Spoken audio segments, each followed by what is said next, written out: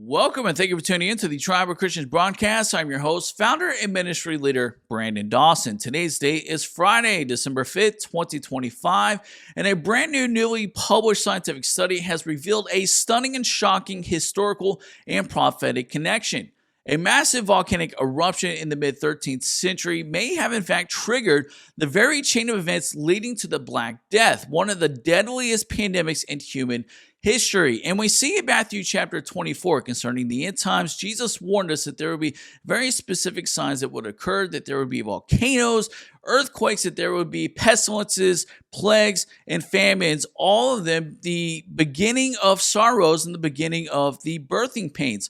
And so the scientific research just published may in fact connect the dots, showing that all these signs are connected to one another and beginning possibly with volcanic and earthquake activity. So is it possible that today's massive surge in all these volcanoes that are erupting and these earthquakes that are happening could in fact create the very conditions of a new coming pandemic and start the beginning of these birthing pains, the beginning of sorrows?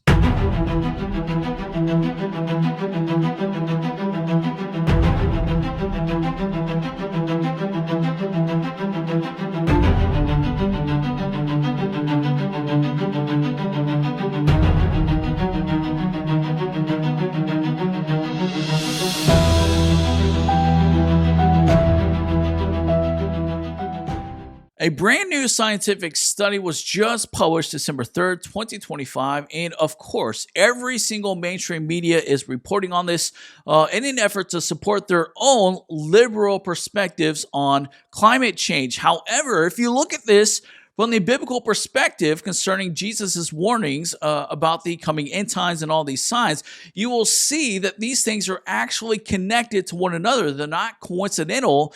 And we now have scientific proof that affirms Jesus' warnings that the Bible is true and that we have an example which goes all the way back to the Black Death. Now, what these scientific researchers did is they studied three specific areas all across Europe to understand what happened.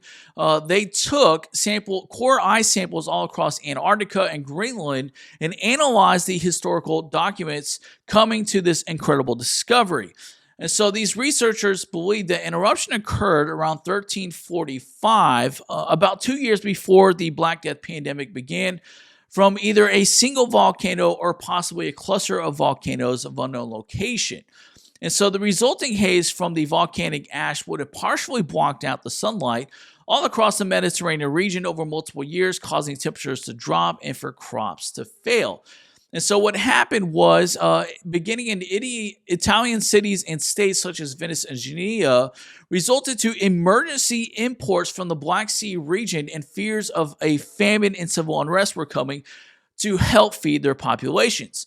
However, those ships that were coming from those areas came from Central Asia, where this pathogen, the deadly bacterium Yersinia pestis that causes the Black Death, where it originally came from, and which helped to spread the pandemic. Now, I know most of you guys are already aware of what's happening, but just in case some of you guys are a little bit skeptical here, let me put some of this into perspective for you. There are currently at least 40 active volcanoes that are occurring all over the world. That's just what we are tracking and paying attention to.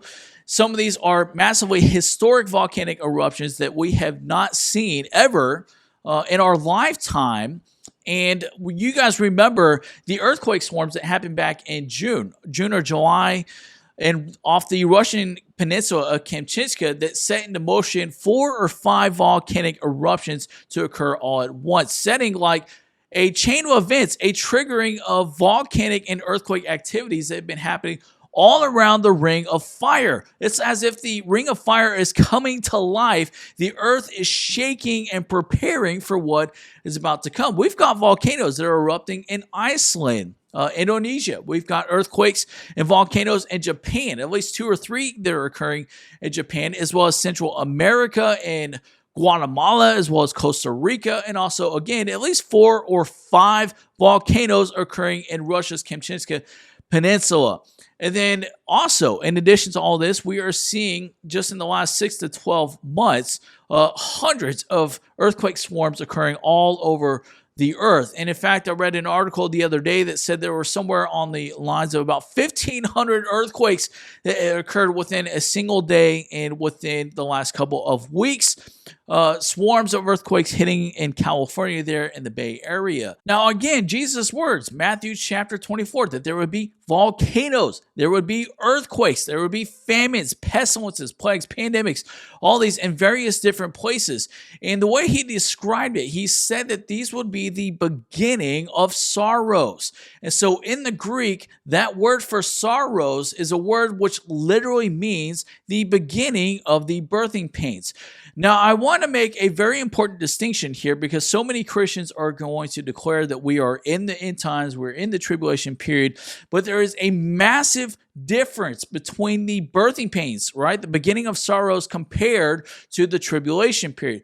The birthing pains are not the same as the moment of delivery. Birthing pains are when the warning signs that the delivery is approaching. They are early indicators that something is about to unfold that cannot be stopped. So a woman in labor does not suddenly give birth. There is a breaking of water that occurs first, a sudden shift, and then the contractions begin mild and very soft at first, and then they grow together, increasing in intensity and in frequency, indicating that the time is almost upon us. And so Jesus said that these would be the signs of the end, that they would come in the exact same pattern. And so we are seeing literally all of these signs occurring right before us. These volcanic eruptions, something we have never seen in this magnitude, very well could create the perfect environment for these events to really start happening. Now, for some of you guys who are still skeptical about all the evidence out there, maybe you believe that this is perhaps a coincidence, I've got one last thing to show you guys. If this does not get your attention, I don't know what will. I published this on our ministry site, all our social media channels, November 24, 2025. When you get a chance, check it out. I'm not going to go into the full details here, but I did a thorough gematria study into the literal numerical values of the year for 2026 in connection to the Hebrew year for 5786, right? We are literally just a few weeks away from 2026, from the new year. And what I found was when you take the year 2026 and you put it into its gematria Hebrew values, it literally reveals the very covenant name of God, which is Yahweh.